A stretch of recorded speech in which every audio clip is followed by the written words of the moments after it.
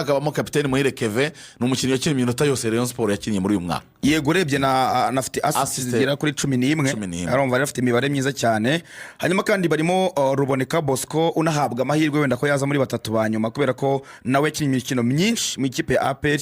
Urebye uburyo Mediane ikipe ya APR abantu baravuga bati Dauda Lamine Ba wenda na Batadio bazajya babanzamo, ariko Ruboneka yagerageje gushyiramo agatuza mu byukuri abona umwanya.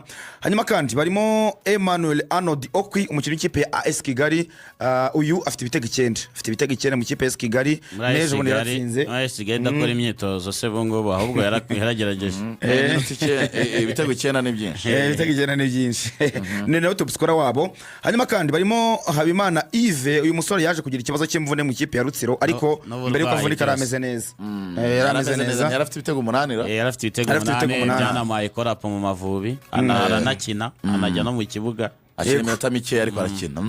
Harimo Usabimana Olivier, uyu ni vice capitaine w'ikipe ya Marine, burya yungirije Fabio nawe mu byukuri iyo Marine yatsinze igitego bibiri abafitemo kimwe. Biragoye kubona Marine yatsinze bibiri atatsinzemo kimwe, ahubwo ibitego bye ko bitazamuka.